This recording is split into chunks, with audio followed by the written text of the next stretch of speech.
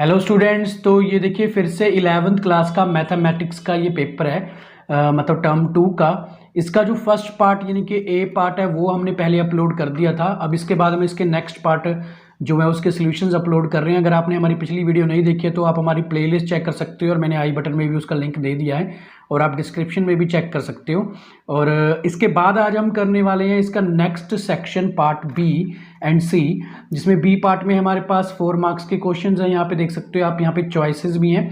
तो जल्दी से हम इसके सॉल्यूशंस देख लेते हैं। तो हमारे पास बी पार्ट का मतलब के 4 मार्क्स वाले क्वेश्चंस में से सबसे पहला क्वेश्चन है, find the equation of the line perpendicular to the line x minus 2y minus 5 is equal to 0 and passing through the points 1, -2। तो the equation of the line जो perpendicular to the line x minus 2y minus 5 is equal to 0 के equal होती है, उसमें इनके coefficient change हो जाते हैं और एक साइन चेंज हो जाता है। तो ये बन जाता है हमारे पास 2x minus y plus y plus k is equal to 0। ये हमारी फर्स्ट इक्वेशन बन जाएगी इस लाइन के परपेंडिकुलर इक्वेशन की। नाउ द पासिस पॉइंट हमारे पास 1 एंड -2 है, तो हम x एंड y की जगह पे 1 एंड -2 सब्स्टिट्यूट कर देंगे यहाँ पे।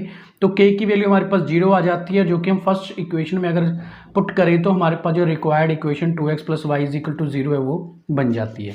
अब इसके बाद नेक्स्ट क्वेश्चन इसी का ही और पार्ट है, 7th क्वेश्चन का ही और पार्ट है। वैसे आपने पेपर में दोनों में से एक करना है, पर मैं आपको इसके चॉइस वाले क्वेश्चंस भी करवा रहा हूँ। Find the angle between the lines y minus √3x minus 5 is equal to 0। एक लाइन हमको ये दी गई है और दूसरी लाइन है √3y minus x plus 6 is equal to 0।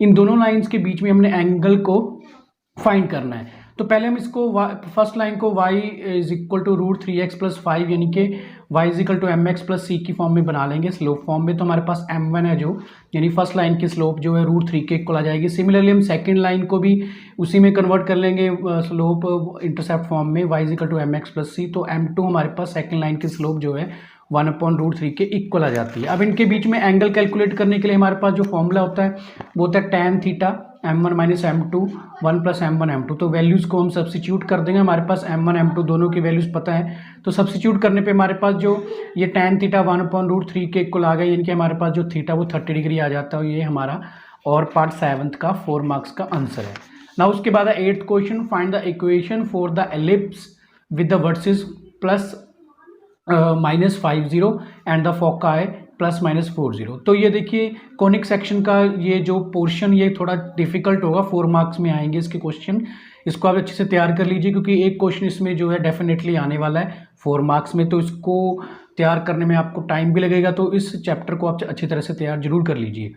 इसमें हमको वर्सेस गिवन है +-50, जबकि जो वर्सेस होते हैं वो +-a0 के इक्वल होते हैं। तो इसमें हमारे पास a की वैल्यू जो 5 आ चुकी है। अब इक्वेशन ऑफ इलिप्स होती है x² plus y² is equal to 1, जिसमें हमको जो है x इंटरसेप्ट यानी कि a की वैल्यू पता चल चुकी है, जो कि 5 के इक्वल है ना। फोकाई हमारे पास जो होता है वो +-ae, 0 के इक्वल होता है, जो कि हमारे पास फोकाई यहाँ पे +-40 है। तो ae की हमारे पास जो वैल्यू 4 आ चुकी है। और हमारे पास एक इक्वेशन होती है b² is equal to a² minus a² e²। इसमें वैल्यू सब्स्टिट्यूट अगर हम कर दें तो हमारे पास जो है b² यानी कि b की वैल्यू भी 3 आ जाएगी। और हम हमारी जो एलिप्स की इक्वेशन होती है उसमें वैल्यू को सब्स्टिट्यूट कर देंगे, तो हमारे पास finally x² plus y² is equal to 1 हमारे पास एलिप्स की इक्वेशन बन जाती है। नाउ इसी का ही और पार्ट देख लेते हैं, 4th मार्क के क्वेश्चन का 8th क्वेश्चन का और पार्ट है, और ये भी कॉनिक सेक्शन में से ही है। Find the coordinates of foci and versus of eccentricity and the length of latus rectum of the hyperbola. Hyperbola हमको गिवन है x² 16 -y² is equal to 1 के। तो एक वर्टिकल हाइपरबोला होता है, एक हॉरिजॉन्टल। तो ये हमारे पास हॉरिजॉन्टल हाइपरबोला है, जिसकी general equation x² minus y² is equal to 1 के इक्वल होती है। तो कंपेयर करने पे हमारे पास a की वैल्यू 4 आ जाती है और b की value 3।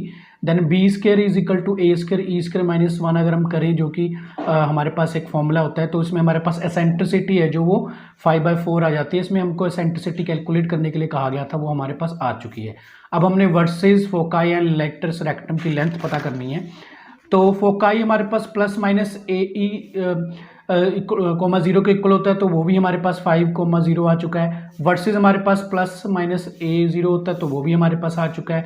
Length of latus rectum जो हाइपरबोला का होता है वो 2b² के इक्वल होता है। तो इसमें हम वैल्यू सब्स्टिट्यूट करेंगे तो 9/2 हमारे पास लेंथ ऑफ लेटेस्ट रेक्टम की वैल्यू आ जाएगी। तो 9th क्वेश्चन देख लेते हैं हम 4 मार्क्स का। Calculate the limit x approaches to 3 x raise to power 4 minus 81 upon 2x square minus 5x minus 3।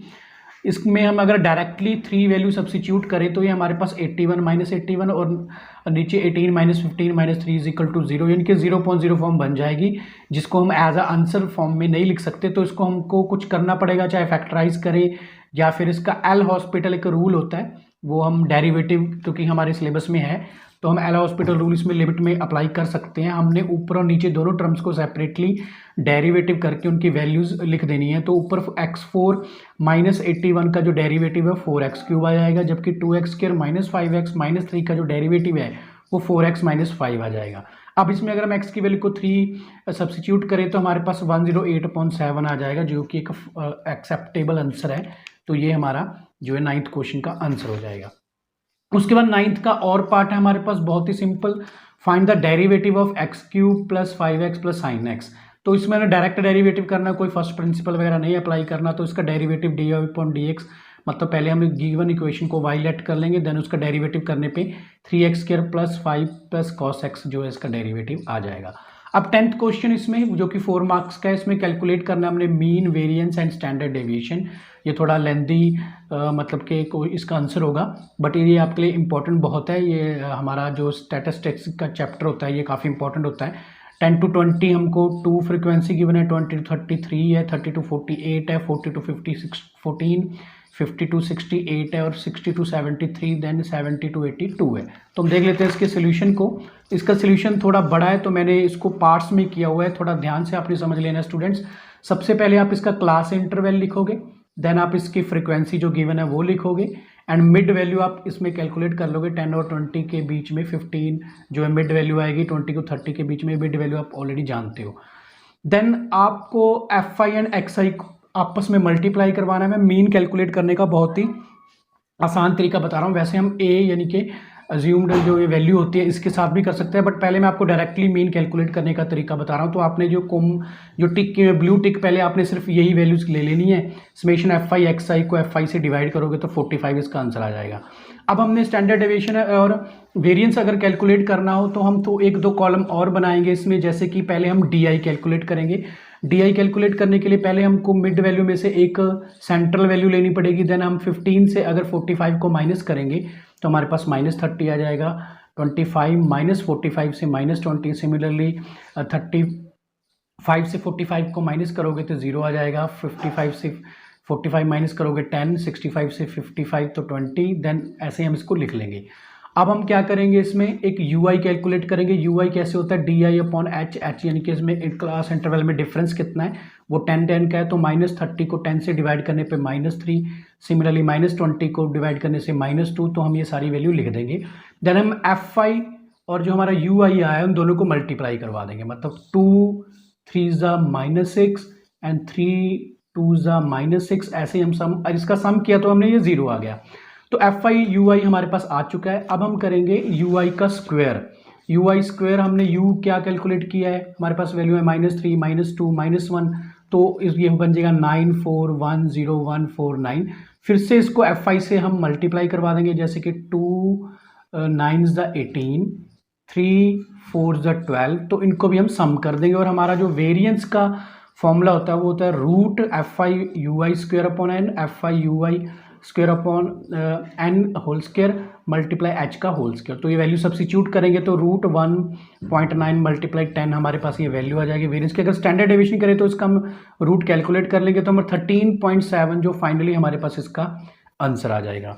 तो स्टूडेंट ये हमारे थे सेक्शन ए, मतलब कि सेक्शन बी हमने अभी सॉल्व किया। सी सेक्शन में भी अभी हमारे पास 3 क्वेश्चंस हैं, तो वो मैं अगली वीडियो में अपलोड करने वाला हूँ। उसके सॉल्यूशंस आप हमारे चैनल के साथ बने रहिए, हमारे टेलीग्राम चैनल को भी ज्वाइन कर लीजिए और स्टडी अपनी कंटिन्यू रखिए। All the best students exams के लिए।